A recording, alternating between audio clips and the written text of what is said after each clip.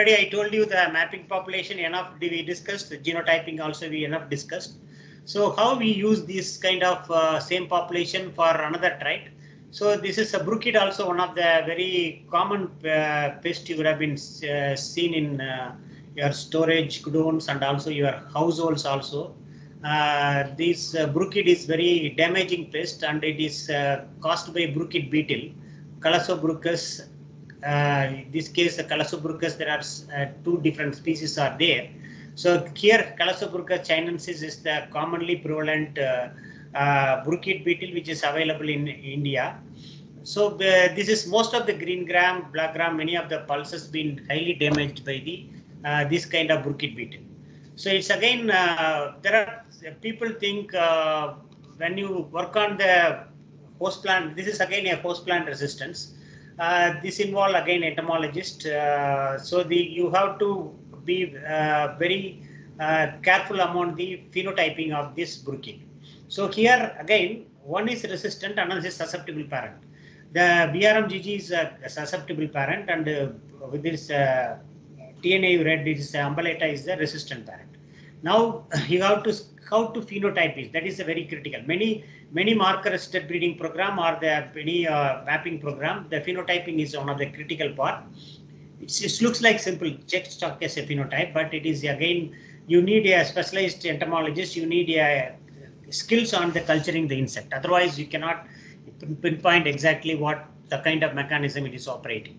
So here the bruchid, it's almost 60% seriously, 60% of the cultivation seriously gene challenged, and also it is mainly storage conditions. It's sometimes in the field it is lay eggs and it move to the storage godows, it increase, or sometimes the storage godown itself it is multiply. So that developing a resistance is the only way, because storage pest again we cannot apply insecticides or storage insecticides also have problem health hazard. So people mainly depend on the resistance mechanism. It is best one. Okay. So here the main phenotyping here, you have the mapping population, you have the 108 reels with you, and these 108 reels you have the genotype data, GBS genotype data. You have skeleton maps also with you. Now the question is, you have to phenotype for the this bruchid resistant, right? Then if you have the phenotype data, then you can run the QTL cartographer and you can able to map this particular trait, this bruchid resistant trait in the map. So that is the strategy. Since we have the both phenotype data, we have the genotype data and also the real seeds are available. That's why I told you the reel is an immortal population. Once you develop your reels, you have enough seeds. If you multiply it, then you can use it for many kind of screening. Again, screening you need a lot of destructive method. This case is a destructive method, because when you feed the Calobruchus maculatus, then it will damage the total seed. Okay, so the seed will be damaged, so you cannot use the seed again. So because it's so this kind of screening, you need large amount of seeds are needed for screening purpose. Okay, what they do mass culturing. This case they have female and male. You can easily differentiate the male by antenna, female by antenna. Male don't have the antenna. So whenever you culture the insects, you have to culture the male and female, and you have to release the male and female into the in the boxes. Okay, so normally we have the plastic boxes which is covered by cloth. Top will be covered cloth, and we put it the rubber band. Then you can have better aeration, and also the insect also happily multiply inside. So normally they release 25 pair of insects are released, male and female. 25 pair of insect will be released. Usually we have small, it's a 100 ml plastic container being used. Around 200 seeds will be used. So you have to put 200 seeds inside the plastic container, 100 ml containers, and been covered with the cloth with rubber band. Then you have better aeration. When you allow the insect, that is male and female 25 pair been released inside, then it's mate inside, and it try to lay the egg. Female will lay the eggs on the seed surface. So that is the critical thing. So normally they allowed the for at least 10 days, after which they remove the male and female, because if you allow the egg, allow the insect to mate and allow the female to lay the egg on the seed surface. After it's lay the eggs on the seed surface, then you have to remove the because it's continuously, it will sometimes lay the eggs and next cycle will go. So we allow for only 10 days. After that, we remove that, discard. Then after that, the seeds will be incubated for the wait for another 25 days, 25 to 30 days. We wait for the seeds. Whether the eggs are laid in the surface of the seed, the mung bean seeds, green gram seed. Same also black gram also they work. So the green gram seeds, they laid the female insects after the mating, it able to lay the eggs, thousands of eggs, they maybe hundreds of eggs they lay on the surface. The main thing is that among the eggs, the number of eggs laid also one of the important criteria.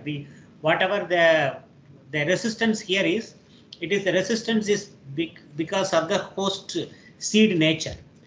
Sometimes the seed may be a rough seed coat or sometimes smooth seed coat. That may be some reasons why the amount of egg lay on the surface may change. Sometimes the seed have the some of the seed character also will influence. But this case, we want to know what are the which is major trait which can able to give the resistance for this seed. That is a very critical thing.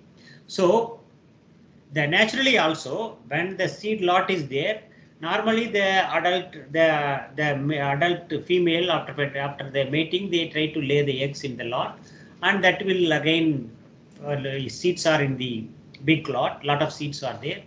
The larvae, after the egg, larvae catch and get into the seed. That is a normal process. So for the same process, the mass culturing technique also standardized by these special techniques being standardized. So they allow the eggs mass which is present on the seed surface allowed to catch and the larvae get into the seed. So now after 25 days, when you check the entries, this is a cycle. For example, when the female adult moth when lay the eggs on the surface, within 10 days it completes the laying of the eggs. So eggs are laid in the surface. You can see some of the dots. So they lay the eggs on that. Then their larva. Then after 10 to 15 days, the larva catch out of the egg, and immediately after the larva came out, it tried to penetrate into the seed. So even though more than 10 eggs, 20 eggs are laid, if a particular any first larva, when it is immediately catched, when it enters the seed enter into the seed, then others will not develop. Only one larva can enter into the seed. Others, there is a mechanism which is operating in case of mung bean.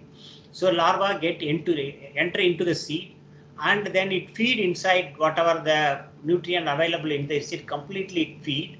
After completely feeding, then it become pupate. Then it pupate. Next stage, larva completely feed and then it's become pupate. So this seed completely damaged. Then 25 to 30 days, the pupa, then adult will emerge.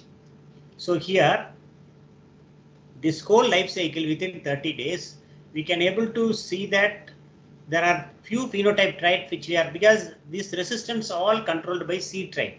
So whenever you work on host plant resistance, you should be very careful on which trait you are working, which are the trait responsible for the insect resistance. This is antibiosis mechanism.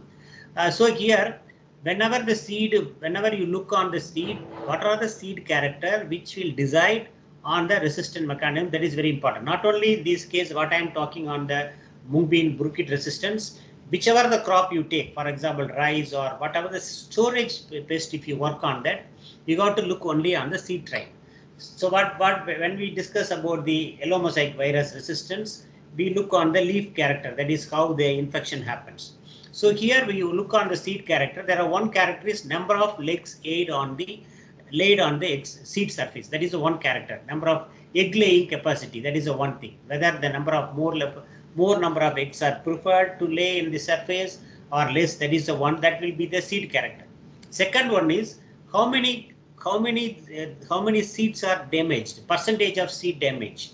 So when there is a larva enter into the seed, out of 100, for example, if you put 20 seeds, how many seeds are damaged by entering the larva? When it larva enter into the seed, if really it's a susceptible, it completely eaten away and the pupate will pupate and adult will emerge.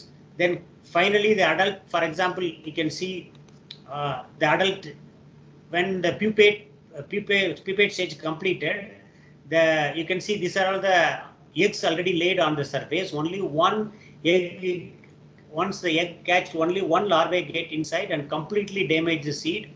Now after pupate stage, the adult is trying to come out. This is the percentage of adult emergence. This is very close up view on single seed where the Calobruchus maculatus come out of the seed after completely damaging the seed. Okay.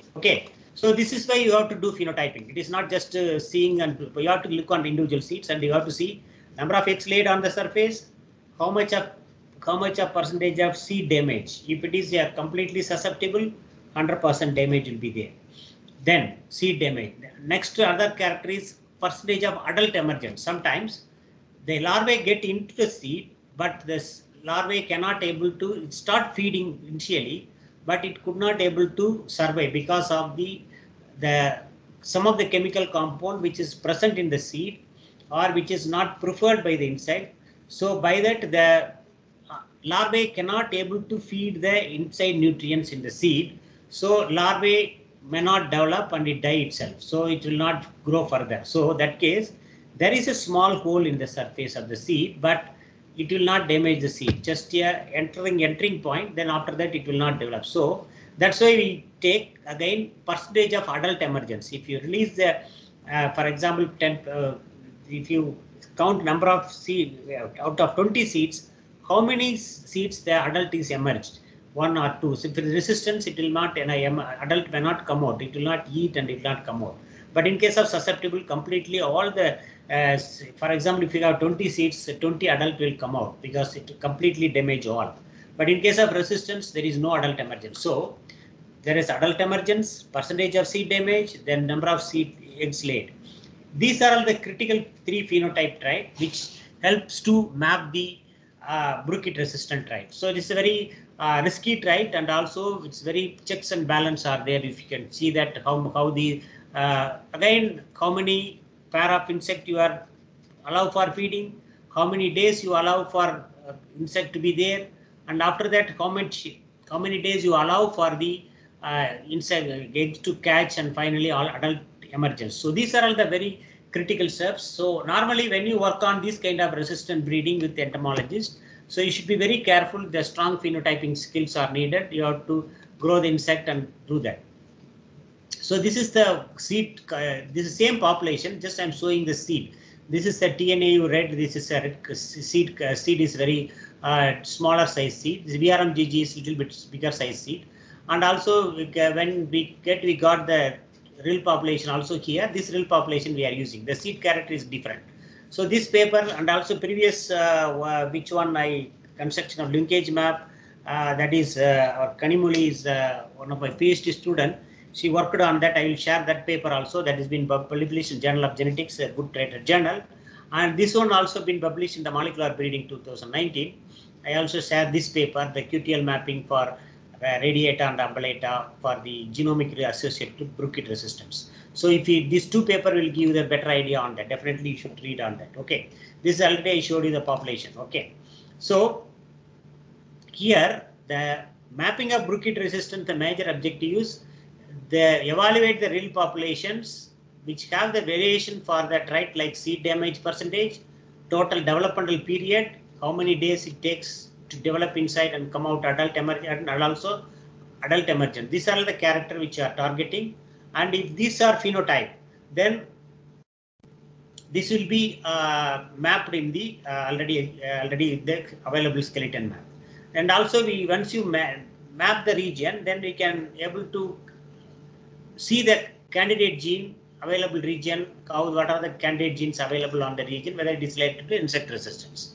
Okay, so here you have to be very careful on, we have to culture only Calobruchus maculatus. There is a Chinensis also some species are there. Much most prevalent one is maculatus. You can identify based on the adult morphology of the insects.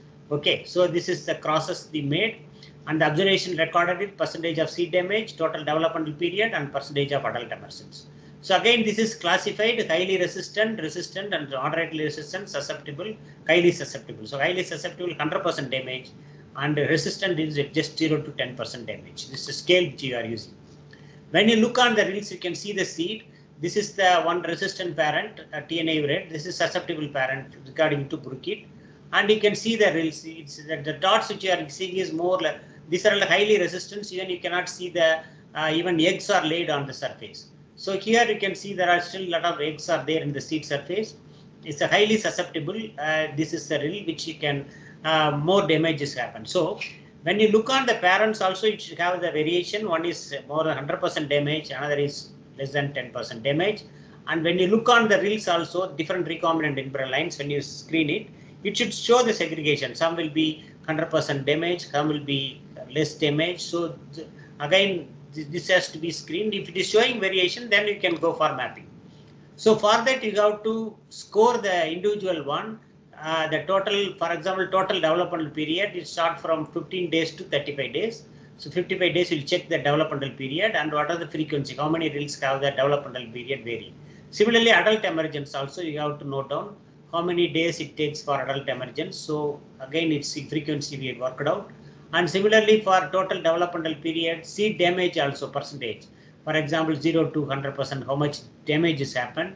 And so seed damage percentage, it's between, again, it not only one season. Again, it's again, when you go for QTL mapping, you have to screen not one time. Sometime in the winter season, it may not be much insect activity may not be there. In the summer season, maybe more activity. So you have to see that both the season, different seasons, you have to screen this all the 108 reels along with the parents and see that how much damage has happened. That is the phenotyping. So phenotyping, we look for 3 characters and we screen for all the 108 reel lines in the series, in the box, plastic box where the standard protocol for the bruchid screening. Okay, so once you screen is over, then you can see that how the parents and reels which have the every character, how it is seed damage percentage. It is 0 in case of resistant parent, 90% damage in case of susceptible parent, and also you can see the mean and also variation. This you have to be work out in the real population from 0 to 100. So you have to check on that. What is the how the distribution of the trait response to real population? That you have to do. Then already I told you the genotype data is there. Linkage map is with us. Then now you can the phenotype is ready. Already you have seen that there is a variation is there in the real population. So definitely this trait will be helpful for mapping. So finally, after your phenotype data is ready, then if you run a QTL cartographer, you can able to pinpoint that there are 2 major QTL in the case of chromosome 5. There is a QTL in the seed damage percentage, and adult emergence we have the major QTL on the QTL in these 2 QTL we reported during 2007 and 2008. So when you look on that again, you can look on the chromosome number. It is a chromosome 8. We have chromosome 5. We have the major QTL for seed damage. Adult emergence we have the QTL on the chromosome 8. So again, when you look on the chromosome 5, you can see the position on the centimorgan distance and the interval between 17 to 18 MB region.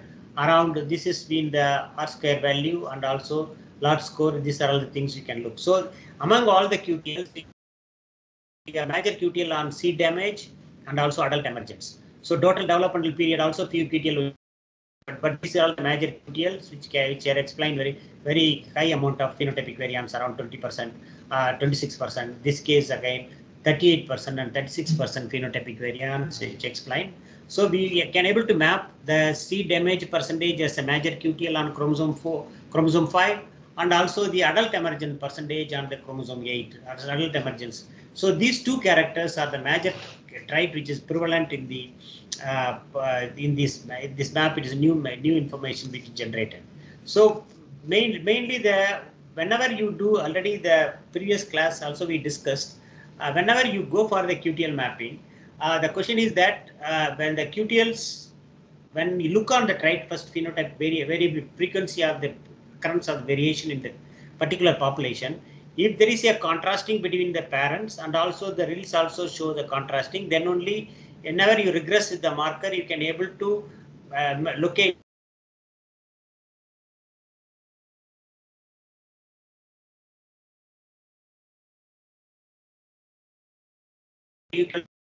aggregating population. So whenever you associate the trait, then you can easily locate the particular QTL for the trait. But if there is a very narrow variation between two parents and also segregating population, there is very less chance of detecting QTL or maybe a minor QTL. You cannot able to detect the QTL even though you can have the good marker density in your map. And if whatever you do the regression, then you may not get the QTL, you may not find the marker which are linked to the QTL. So that is the first principle in which QTL mapping is working. So if the markers may not link, because unless it's these two extremes, there is a considerable amount of variation between parents and also in the segregation, you cannot able to detect the QTL. That is a major thing. So this is the QTL map which we generated on the chromosome 5 and chromosome 8 for the major seed damage and also percentage of adult emergence. Again, when you look on the QTLs, so the QTL should be very sharp and also it should be very narrow. Then only you can able to, for this is the QTL peak, large score 3. Then this you should have the flanking marker, which has been flanked for the particular QTL region. So it should be like at least less than 5 centimorgan, and also it should explain more than at least 20% phenotypic variance should be explained. And you should marker also, it should be a highly saturated marker. If there are 1 centimeter, 10 centimarker or one marker is there, then it is very sparse map. Then you cannot able to pinpoint that QTL is between which marker. So if you have the more dense marker in the map, then you can easily narrow down your QTL, which is a smaller region. That is the one advantage if you have the map which have the highly saturated map. That is the one advantage. Then another thing is, then you can also, once you narrow down the QTL region with 1 MB or 2 MB region, then you can go for the, you can look on the genes which are there in the probable candidate genes which are present in this 1 MB region, whether it's have relevance with the insect resistant mechanism. If there is, you are lucky enough that you can get some candidate gene, then it can be validated directly. You can use the gene for many purpose. So for the cloning purpose or other things. So that's why it's around 1.5 MB region, QTL region, where we annotated some of the genes which are having relation to insect resistance. So these are the QTL genes, the QTL region, QTL5 region, the candidate genes which are annotated, which have some roles on the insect resistance mechanism. So finally, this QTL map will give information on that. Seed damage, total developmental period, adult emergence display nearly normal distribution. And also this have the more than 12 QTLs which identified on the 2 seasons. And of these, there are QTL region 5 and QTL on chromosome 8, which have these. The chromosome 5 is a major QTL, and it's have the when the detector there's around 13.1 MB region, which have novel QTL detector on this one. And also this will give us information on the what is the major QTL which detected for watch trait and what is the physical distance and what are the candidate genes available. This will give the further work on this narrow region, whether you can use this marker for marker resistant backcross breeding if you convert this SNP marker into CAPS marker, or you can transfer, you can do the genomic selection and select those regions which have the candidate Burkitt resistant region. So these are all the things which you can infer from when you work on this kind of populations, and when you do the mapping on the QTL mapping on the trait of interest. Okay, so with this I will stop the Burkitt discussion. Let us